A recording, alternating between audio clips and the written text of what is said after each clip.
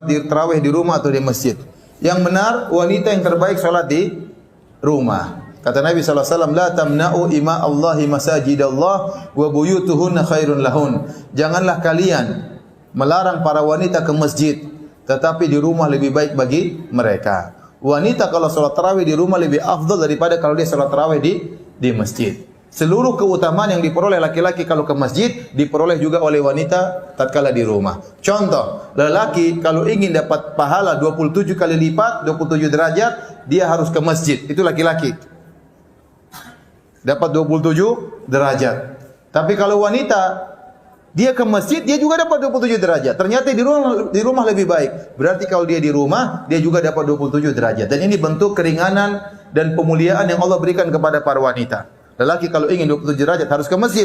Perempuan tidak perlu, di rumah sudah cukup. Lelaki kalau ingin salat supaya dapat pahala salat semalam suntuk, kata Nabi SAW, man shallama al-imami hatta yansarif kutiba lahu qiyamul lailah. Barang siapa yang salat bersama imam sampai selesai, bagi dia pahala salat semalam suntuk. Ini laki-laki ke masjid.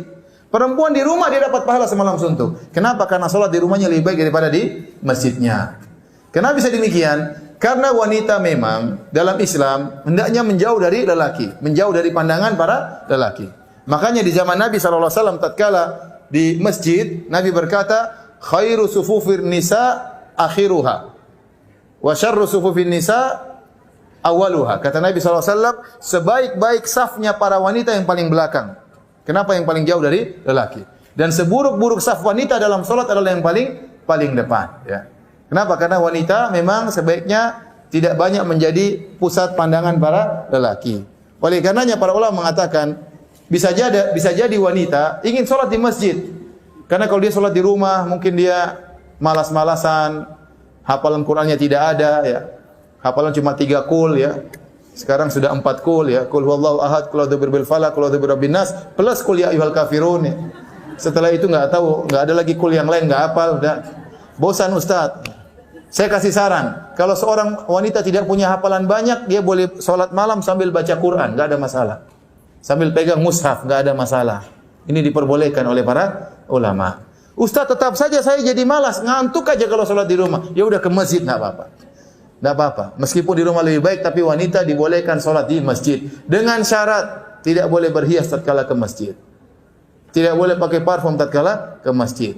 Harus seadanya yang wajar-wajar saja. Tidak boleh. Ya. Sampai sebagian ulama mengatakan wanita yang terkenal cantik tidak boleh ke masjid. Ya. Kenapa? Karena bisa mengganggu jamaah. Ya. Imamnya terganggu, berdebar-debar tatkala lewat wanita tersebut. Ya. Jamaah juga bisa terganggu. Jadi wanita yang terkenal cantik, masyhur ini cantik, sudah jangan ke masjid. Kalau dia ke masjid, dia berusaha pakai cadar supaya tidak dilihat oleh orang. Ya. Kalau yang pas-pasan wajahnya terserah, boleh.